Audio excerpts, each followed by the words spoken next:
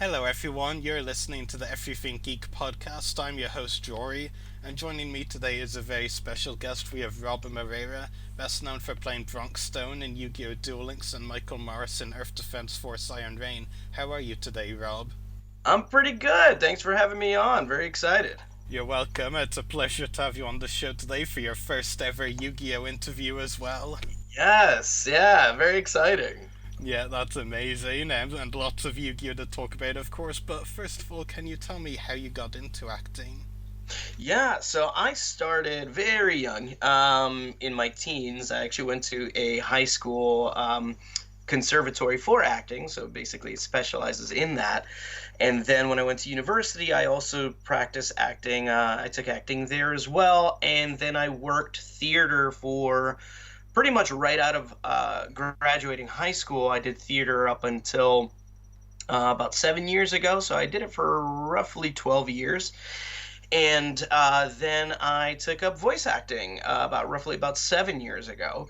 And for those keeping track, that makes me 37. So, but yes, I've been doing voice acting for 7 years now. And the reason I went into that was a friend of mine who was actually in a show with me, a theater show.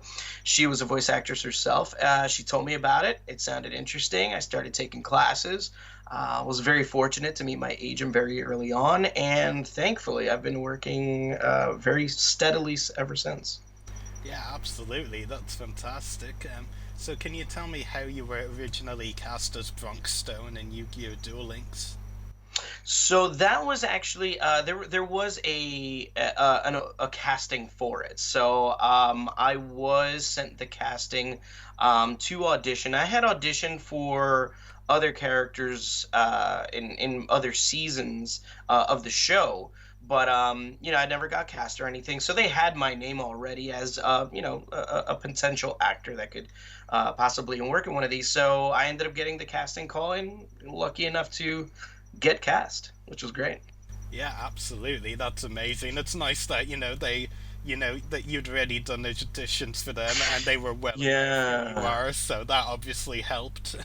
Absolutely. So yeah, there was already a familiarity there. So which was nice because when you audition for something, you never know if you're ever going to get called back. So, hopefully you're keeping yourself busy with other things. But when I got the casting, I was very excited to get another crack at a Yu-Gi-Oh character. Yeah, that's fantastic. So were you a fan of Yu-Gi-Oh, or aware of Yu-Gi-Oh's popularity prior to your casting?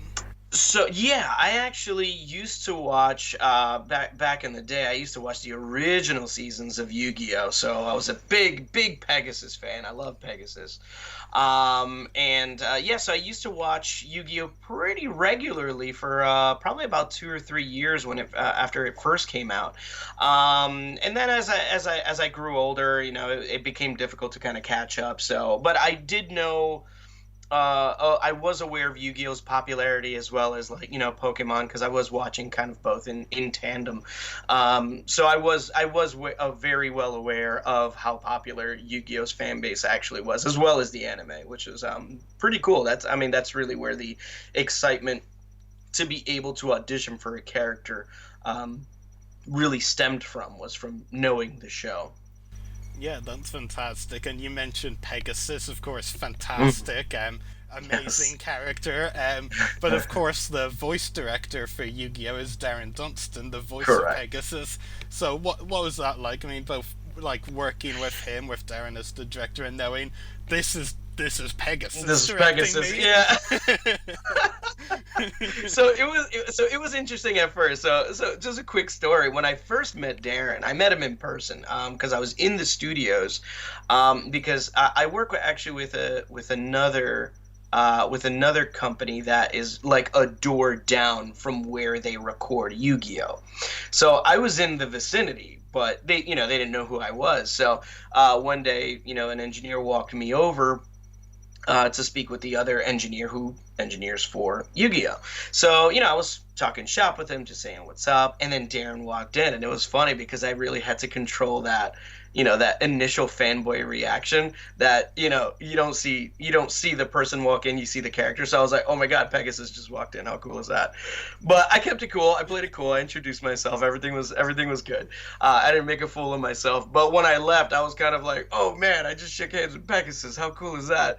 So thankfully, having that interaction at first, before working with him, thankfully calmed the fanboyism down. But I will say that he's a fantastic. I can't emphasize that enough. Voice director. He's he knows these characters inside and out, and honestly, had he not been the one directing me, I don't know if I would have done as good a job as I did, because he really helped um, keep me focused on bringing Bronk's, not just the voice, because it's more than that, but who Bronk was, and he really helped me stay cemented in who Bronk was and how he would say things. So yeah, so that was actually a really great experience. It's always nice to work with different voice directors, and I had only heard good things about him as a coach, so I was very eager to see how he directed, and he was phenomenal to work with. Yeah, absolutely. Darren's a fantastic director. So, I mean, of course, you said you were a Yu-Gi-Oh fan. You know, you'd seen the original series and were a huge fan of it. But were you aware of the character of Bronk from the ZEXAL anime before being cast as him? So I was not. I knew of ZEXAL. So I knew of the ZEXAL series. And I knew about Yuma, and that was really about it, which is funny because Bronk is like he's right there, you know.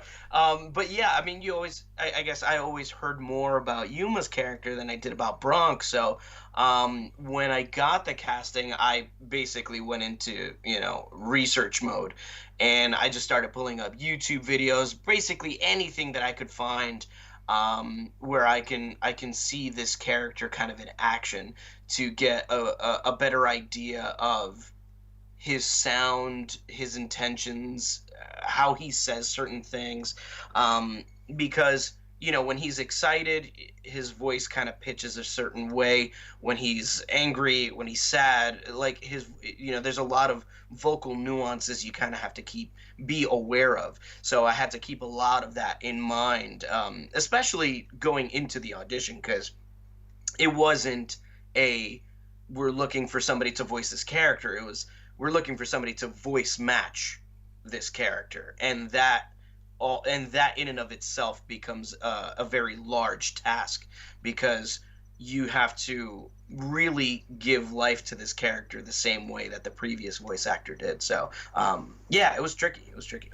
Yeah, absolutely. So you mentioned, of course, that you watched some of the YouTube videos of Bronk's voice in the dub.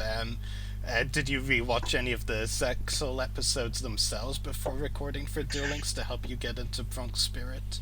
Not full episodes, no. It was definitely more snippets. And that's kind of like what helped me create it, because ultimately, I mean, we're recording stuff that, while he has said before, kind of like his summons and such like that, the majority of what I was recording is a lot of battle stuff, which is a very small piece of the episode.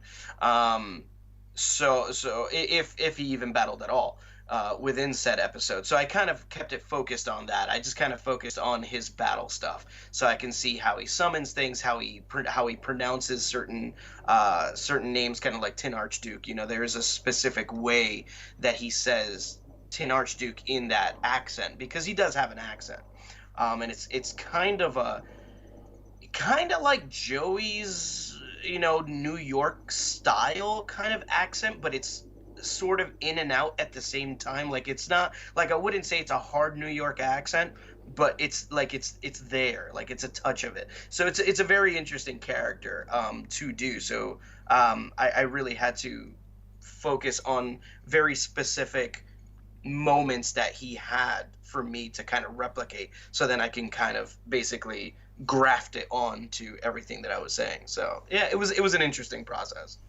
Yeah, absolutely. Of course, you mentioned you were cast to be a voice match, for Bronk. Of course, Hmm. a lot of Yu-Gi-Oh! Duel Links players and fans were surprised with the revelation with ZEXAL Yes. Worlds launch that Bronk had a new actor in yourself for Duel Links, and that his original actor Sean Schemmel didn't reprise the role. When Right. you were cast for Duel Links, did you feel any added pressure or nervousness knowing you were taking on a role someone else had done before? Well, I mean, you always have that pressure. You always have that pressure because you want to make sure that you do justice to the character. So that's just one layer. The next layer being that Yu-Gi-Oh is as big as it is, and it has as many fans as it does. So you want to make sure that the fans are gonna know it. It's not the same actor. It was going to come out, but I don't want the difference in actor to be so jarring that it takes them out of the experience of playing the game or playing as Bronk. So that is another layer to that. The third layer is that when I was in high school, I was a diehard Dragon Ball Z fan. So the fact that I was now, not that he was the character, but the fact that I was voice matching, the guy who did Goku, that was huge for me. Because then it was like, oh my god, like I'm not just voice matching just any old schmo. Like I'm voice matching a vet in the anime industry. So yeah, there was added pressure, but that pressure wasn't added by anyone. That was just pressure that I had on myself, that I kept in mind, and I think that was probably the best part about the process was that never did Darren, or anyone in the production make me feel like this has to be, you got to live up to this character. It was kind of like you got it. Now let's do it. So the pressure that was there was just added on by myself. So yeah, no, there definitely was a pressure for me because I know as a fan of of fandom, of geek fandoms, how important it is and how jarring it could be when a character's, especially voice actor, gets changed. Yeah, absolutely, for sure. So what kind of direction were you given when recording Bronk for Duel Links? Of course, you mentioned, obviously, you were cast specifically to be a voice match. Like, were you Hmm. given any freedom to give your own take on Bronk, or did the Yu-Gi-Oh crew really want you to try and match Sean as much as possible? Well, that's the thing. His performance never actually came up, and that's what was great. I felt that I had a good handle on it, and they felt that I had a good handle on it. So ultimately, what I was gunning for was being truthful to Bronk, not necessarily being truthful to Sean's Bronk. And I think that was probably the best thing about, again, one of the great things about that process was, again, they weren't, while I was matching, they never made it feel like I was having to stick by a strict guideline of how he sounded. Like I had my own thing, but I very much kept it in line with how Bronk was. So again, for any fan that played the game, they wouldn't feel, oh, Bronk changed somehow. I wanted people to be able to play Duel Links and feel like, okay, I know he's different because that's that was going to be apparent, but it's still enjoyable because he feels like Bronk. Yeah, absolutely. Like, I mean, the most important thing is the voice. Like, the voice can be slightly different, but for me, Mm-hmm. like, if it still fits the character, then it's a Right. pretty good recasting. And I think, Bronk, your voice did really fit Bronk very well. And it Thank was, you. yeah, it was quite a good voice match, I'll say. It was definitely very good. Um, yeah, for sure. So, did the Duel Links crew tell you anything about why Sean Schemmel wasn't able to reprise the role? Yeah, no, I never knew, and I was, there was a part of me, that really curious side that was like, whoa, this is a weird situation, but then I thought, ultimately, it doesn't matter, at least for me as a voice actor, like, yeah, as a fan, I would want to know, but as a voice actor, I was like, they're looking for somebody to take these reins and keep it true for the fans. So that's all I'm gonna focus on. So, but yeah, no, it was never brought to my attention. Yeah, I think that's more than fair because, like, I mean, it could potentially distract you from your performance as well. And, as Right. you mentioned, like, as a fan, you're kind of curious, but as an actor, you're just Yeah. focused on doing the best job you Yeah, I'm can. here to do it right for the fans. Yeah, absolutely. It definitely is an interesting thing with Sean, though, because he actually, and this is one of the reasons why him not reprising Bronk was quite weird for a lot of the Yu-Gi-Oh! Duel Links fans, was because Mm. he actually did reprise one of his previous roles, Crowler, a few years ago from GX. Ah, But he didn't reprise Bronk, even though he had reprised one of his characters for Duel Links already, so it was a bit interesting. strange. Yeah, yeah. I mean, it's odd. I mean, you never really know what the situation is. If it's a production decision, it wasn't an actor decision. I mean, who ultimately really knows. But it is what it is, and the business keeps moving, and these characters, they were going to be introduced um to the fandom so that they can actually play as them, and their job was to get these characters out and make them as truthful as they could be to their original counterparts. So I'm happy that I was able to be now part of the Yu-Gi-Oh family, and at the same time bring such a fun character to life as well.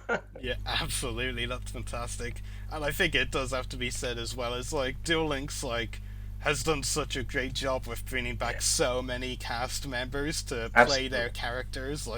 I mean, Mm. I've been playing Duel Links for a few years, and I'm like, I can't even keep track of how many characters have been brought into the game. Yeah. But like, I mean, I was playing pretty early on too, because yeah, I had Duel Links, which is again another layer to the fandom, was getting that audition, getting to audition for a game I actively play. So it's like, oh, this is it's so meta. yeah, So, which is even more so because then when I unlocked Bronk, it was like, this is weird. This is weird for me.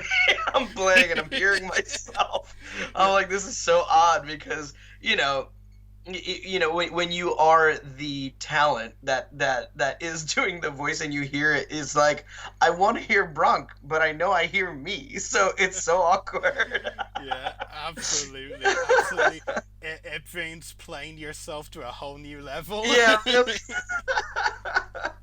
Totally. Oh man. Absolutely, but I mean, they've done such a great job bringing back so many of the original cast members. Like, I think if I had to wager, and some other Duel Links players will probably tell me I'm wrong, but I think around 10 or less than 10 of the characters have to be recast, and there's like nearly 100 or something. That's really impressive. Yeah, So, seriously. yeah, absolutely. And, unfortunately, for different reasons, some recasts have to happen, but, Yeah, it's what it is. absolutely. Yeah, I mean, it happens, and it's taxed, tasked for casting to really find somebody who does it justice, and for the voice actor to do their part, and do their homework as well, just to bring those characters properly to life. So it's everybody doing their part. But one thing's for sure, I mean, Darren and his crew, I mean, they're on it, Absolutely. So, what would you say are the similarities that you see between yourself and Bronk, if any? um oh man, he's just he's funny. He has this thing about him where even when he's trying to be serious, he's kind of funny. So I definitely have that attribute, I would say. Like, if I'm trying to maintain a serious situation, I'm still kind of goofy about it. So I would definitely say that Bronk and I very much are in line with that. But he's a great, he has a fun, competitive nature with Yuma that myself and one of my best friends, we also kind of have this like brotherly competition towards each other, so I could definitely absolutely relate to that. So that was really fun to be able to at least voice a bit. Yeah, that's amazing. So, what did you enjoy the most about playing Bronk? Oh, just him. I mean, he's such a fun character. He's so big and boisterous, and he's like excited, and he's ready for action, and he's ready to do his thing. Yeah, he was just ultimately he was just an incredibly fun out there kind of character, and those are the characters that I really like to play. Like, don't get me wrong, the straight hero is always fun, but when you get to be that really lovable semi sidekick co-pilot guy, I think it's so much more fun. Absolutely, for sure. And what does it mean to you to be able to take on the role of Bronk and be part of the Yu-Gi-Oh franchise through Duel Links? Oh, it means a lot. It means a lot to me. I as a voice actor, I do a lot of commercial work, which is fun. But truth be told, it's not exciting. It's not the quote unquote exciting part of the business that you like to talk about. Like, oh, I did a commercial for Taco Bell. It's like, okay, whoop-de-doo. Did I see it? Who cares? You know what I mean? Like, what did you say? Oh, you sold me some tacos. Great. And so that's not exciting. But when you can say, like, oh, I voiced a character in this anime, or I voiced a character in this cartoon, that's really that trophy that voice actors really yearn for more than anything, is being able to voice a character in some kind of series or game and be able to say, "Oh, that's me," and know that there's people playing it and hearing you, or they're watching it and they're hearing you. So that's a trophy a lot of voice actors strive for, and to be specifically in the Yu-Gi-Oh verse, just how big the fandom is for Yu-Gi-Oh is so huge. Like, it's not even like, oh, I'm a voice in an anime. It's like I'm a voice in a very popular anime game that a lot of people, I mean, millions of people play this game. So it's really exciting to know that there's just hundreds of thousands of people out there unlocking this character and hopefully enjoying him and enjoying my performance, and enjoying playing as him, and being able to XC stuff, which is cool to introduce into the game. But yeah, so it means a lot because it's a prominent character in a very popular game that's part of a large franchise that has an incredibly massive fandom. So it's a hell of a way. It's a hell of a notch on my belt, needless to say. Yeah, absolutely. And I mean, Yu-Gi-Oh is just one of those big franchises that, like, you can tell people you voiced the character on it, and they'll be like, they'll be really excited. Yeah, that's the cool stuff you want to talk about. It's like, yeah, I voiced so and so in Yu-Gi-Oh. What? No way! I used to watch that. Where I watched that. That's cool to talk about. Not saying, oh, I did a e-learning spot for Chase. Like, that's what? That's okay. Yeah, you spoke about bank stuff. Like, nobody cares, Yeah, for sure. Yeah, I mean, if that's what you had done, like, we probably wouldn't be here. Yeah, exactly. It's like, I'm not here to talk about the random tequila brand that I do stuff for. But Yu-Gi-Oh, all right. See, that's fun. You like to talk about it. I like to talk about it. That's cool. Yeah, absolutely, for sure. So of course, you've mentioned you were a big Yu-Gi-Oh fan yourself. So were there any characters Bronk would duel against, or cards he used, that you were really excited to get to record Bronk dialogue for? Just being able to say Tin Archduke was probably the funnest. That, like, there was a couple of things. So I there's only two characters that he actually dueled by name, that he has like a specific thing, and that's when he fights Yuma and when he fights Rio. So those are the only two times that you hear him have a specific kind of reaction to the character that he's playing. So in the game you'll see that. So if you have him go against those characters, he'll have specific things for them. He'll have that competitiveness with Yuma, and he'll have that love struck boy with a crush feel with Rio. So that you'll hear. But besides that, yeah, being able to say Tin Archduke was probably my favorite, because I was like, man, that and being able to say the intro, Yu-Gi-Oh! Duel Links, in his voice, that was actually really fun. I was the most excited to say both of those. Yeah, absolutely. That's really cool. And like, Yeah. and I mean, I know you've been playing as Bronk yourself as well. So I think we can both agree that Tin Archduke's summoning animation is Yeah, really man. cool. Oh, it is so awesome. I was like, yeah. And it was funny because, like, when I'm recording it, I was like, man, I can't wait to do it now. I know what it's gonna sound like. I want to see what it looks like. But yeah, no, it's just so cool. But yeah, when we got to the close to the end of the session, to me wrapping my job at that point, one of the last things was to say Yu-Gi-Oh! Duel Links, and I'll never forget. I was just like, I remember getting goosebumps because I was like, oh, this is cool because every character gets to say this. So being able to say Yu-Gi-Oh! Duel Links was really cool. Yeah, that's amazing. Thanks for destroying my ears. I'm only messing with you. Yeah. It was unexpected, but I do enjoy hearing characters' voices. Oh man. I'm just messing with you, but no, absolutely. I mean, I imagine. I mean, that's amazing that you get goosebumps from that. You know, of course, being a big Yu-Gi-Oh fan yourself, because I'm like, whenever I open the game and one of those like Duel Links voices come up, Yeah. I'm just like, I wonder how the cast members feel when saying that, because I'm Oh like, I yeah, get man. goosebumps. Oh man, after I said it the first time, I felt the goosebumps, and then hearing Darren go like, "That sounded great. Let's just get one more for safety." I was like, "Yeah, that's so cool." Yeah, absolutely. That's fantastic. And I have to go back a minute or two because, like, I mean, Yeah. Yuma, of course, fantastic character. It's amazing to Hmm. hear his and you know his line, Bronk's lines for Yuma and his Yuma's lines for Bronk. That was amazing. You also mentioned Rio, and Yeah. no one. I don't think that has been confirmed that she's coming to the game yet. So that's very interesting, and she's one of my favorite ZEXAL characters. Well, keep an ear out. Yeah, absolutely, for sure. That's fantastic. I definitely look forward to playing as her. So what would you say are your favorite memories from your time working on Yu-Gi-Oh! Duel Links? Oh man. Getting the confirmation of the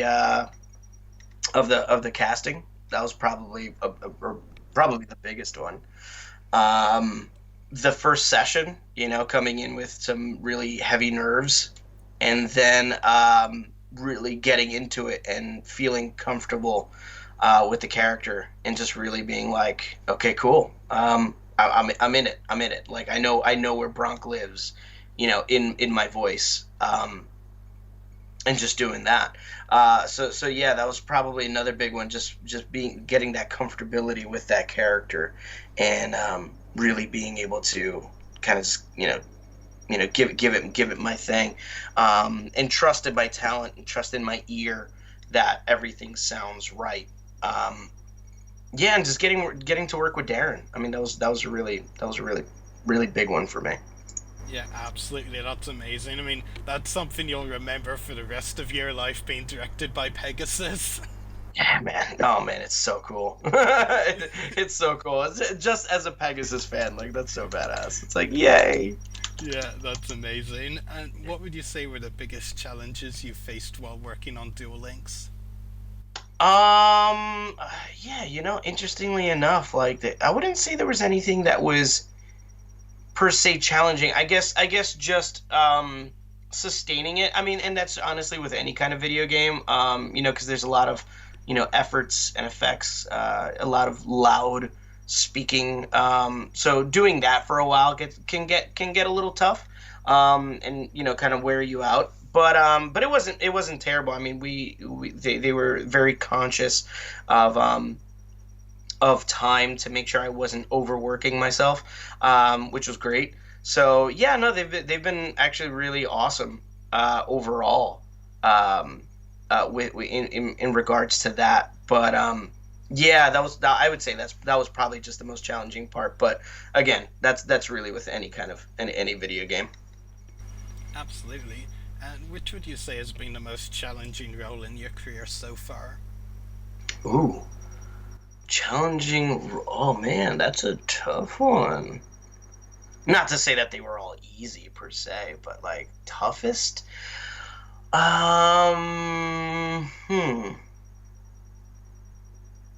I don't know. Honestly, there was a. Oh, actually, no, I do know. There was a commercial that I did. It was a while ago, though. It's been a couple. It's been a couple of years now. I don't even remember what the commercial was for. But the big thing in commercial voiceover is that they really like to have very casual voices. They're not looking for anybody to sell whatever's happening. They want just regular voices.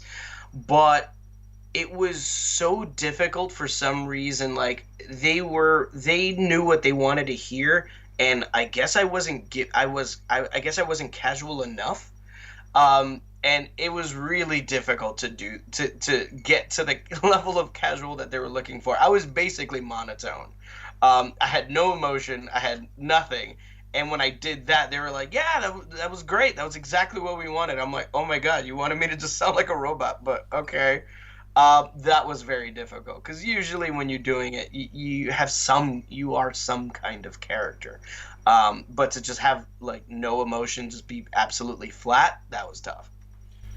Yeah, absolutely. I mean, it's kind of like, I'm just listening to hear you say that, and I'm kind of like, you'd think that like commercial directors would just say what they want, like, just Yeah. be completely monotone, Just like be instead. monotone. If that's what you want, then just say it. Like I want you to be flat, flat, flat. I mean, okay, I'll give you flat. But if you tell me casual and I end up flat, then that's not casual. Casual is the way we're speaking right now. This is casual. But if we're not doing that, yeah, that's something else, man. Yeah, So absolutely. yeah, sometimes they got to know what they want. Yeah, absolutely. I mean, could you imagine us two having a monotone, conversation? That would be Mm-mm. so boring. Yeah, exactly. And then in a commercial, it's like, oh god, who's gonna buy that? All right, whatever. Your commercial, not mine. Yeah, absolutely, absolutely. That's pretty bonkers. That's probably one of the more Yeah, it's so unusual weird. answers I've had to that question, to be Yeah, honest. it's weird. It's a very weird place because you never think about your own speaking tone and cadence in terms of your how casual you are because to you you're just like I speak how I speak, but then you speak how you speak and then they're like yeah we needed more casual. Then you start to think like oh my god do I normally just not speak casual then? Like I'm confused. Yeah, yeah, So then what is casual? And then that brings a whole other ethereal question. What is casual then? It's not my normal voice, so I don't know. yeah. Apparently, to some people, it's bit to completely turn Yes. into a robot. Boring, the most boring Ben Stein thing you can think of. Yeah, absolutely. Just think boring and you're fine. Be bored. Yeah, Yeah, and it's funny because when they were giving me the notes, sometimes I'll write on the script that they give me, like, oh, okay, just so I can kind of keep the note in mind. I remember that this was already like take 10 or 11, and I'm frustrated. They see they were frustrated, and then they were like, yeah, we just need it, And mind you, I've been gradually getting flatter the more that they asked me to push, and then on the last one, I literally wrote in capital letters. I wrote dead. I just wrote dead, dead with stars next to it, and then I just did it super flat, and they loved it, and I was like, oh, so they wanted me to be dead. Awesome. yeah, and they had no idea what you'd written No on the idea. script. Well, right. I took the script back with me. I was like, all right, I'm gonna keep this paper because if they look at it, they're gonna be like, why did he write dead? I'm like, clearly that's what they want. They want me to be dead. Okay. That's Yeah, crazy. that was an interesting one. But yeah, I don't even remember what it was for. Yeah, that's probably for the best, to be Oh honest. yeah, I never would look that commercial up because the boredom of reading it. I can't imagine what it must have been like when I was watching it. Yeah, that's crazy, though. That's crazy. So, my final question for you, Rob: do you have any upcoming acting roles or any other projects that you would like to talk about? Um, Let me see that I can talk about. That's the trick. Can I talk about any of these? I do have a couple of fun ones, but I unfortunately am still under NDA until they're released. But I will say though that two of them are video games, and one of them is a brand that I am voicing for. That I'm voicing basically their commercials digitally. So, but yeah, can't talk about them in detail just yet. But I got a couple things out there. That are going to be coming to fruition. But currently, what I am doing, is that I am voicing the mail-in instructions for voting here in the United States. I've been doing that for about 24 states in English and in Spanish. Wow, that's very impressive.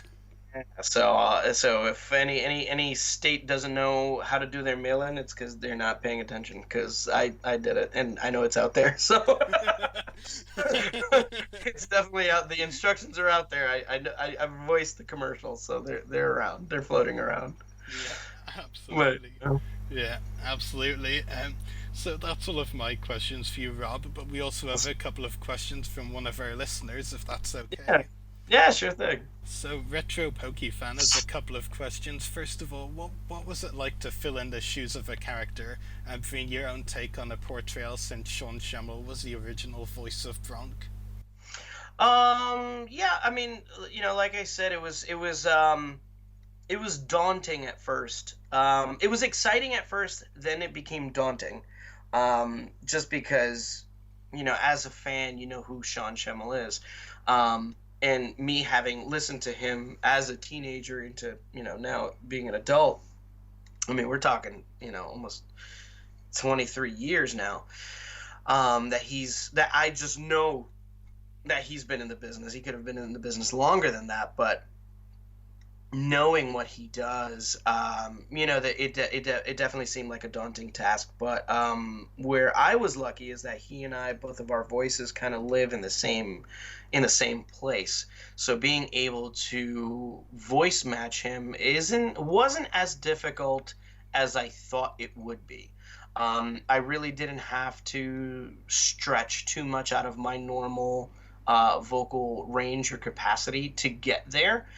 So that was awesome. So when I realized how not, I don't want to say effortless, but because it did take work to get there, just to tune my ear to his voice, but the fact that it wasn't hard on my vocal cords, I wasn't stretching to make this voice.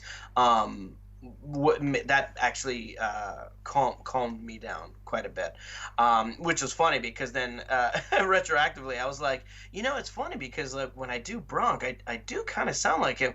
Let me do some stuff as Goku, and then I do some Goku lines, and I'm like, oh man, I do sound like him. Oh boy. I was like, all right, cool. So hey, if anybody needs somebody that sounds like Sean, let me know. Yeah, absolutely. Let's get some takers to hire Rob. Yeah, why not, right? Yeah, maybe some casting people will listen to this interview. Hey, that'd be cool.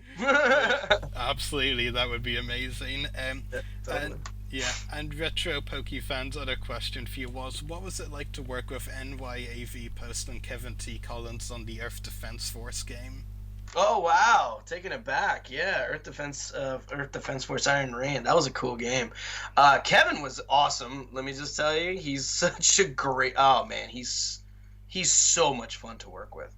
But yeah, he really let me go in. And it was great too because when we did Iron Rain, I was able to be in studio as opposed to Duel Links. I did it from my home studio because obviously COVID and such. So it was great being in studio because Kevin, he's so animated, and he has such a great grasp of the overall vision for these characters, and it was really cool. I mean, like he had a really great handle on the character, like so much so as if he was going to do the character, like he knew the character in and out. So if I did something and I felt like if I did a line, I felt like, oh, I don't know, it didn't feel right to me, he'd be there ready with like a suggestion, which was great because as a voice actor you do have to improv a lot especially when it comes down to games. You do have to think on your feet. But there are times where you do hit a wall and you're like, I don't know why this line isn't gelling in my head. And he was somebody really great to work with to help me kind of get through that. So yeah, he was fantastic. The NYAV post crew is they're fantastic. Yeah, that's fantastic. So that's all of our questions for you today, Rob. It's been a pleasure talking to you on the podcast, Awesome, likewise. and hopefully we can talk again sometime. Yeah, hopefully, I do something else equally exciting we could talk about. Yeah, No Burger King commercials. Another anime. yeah, of course, and yeah, absolutely. So I'll look forward to talking to you again soon, Rob. Thanks again for joining us today, and take care. Bye. Time to wrap up today's show. Make sure to check out our podcast links. Check out our website, website.everythinggeekpodcast.com/egp. Check out our Facebook page, www.facebook.com/everythinggeekpodcast. Check out our YouTube channel, www.youtube.com/user/everythinggeekcast. Check us out on Twitter, twitter.com/everythinggeekp. Check us out on Instagram, instagram.com/officialeverythinggeekpodcast. Email us at the following email, everythinggeekpodcast@gmail.com. Check out my Instagram, www.instagram.com/Rory Williamson.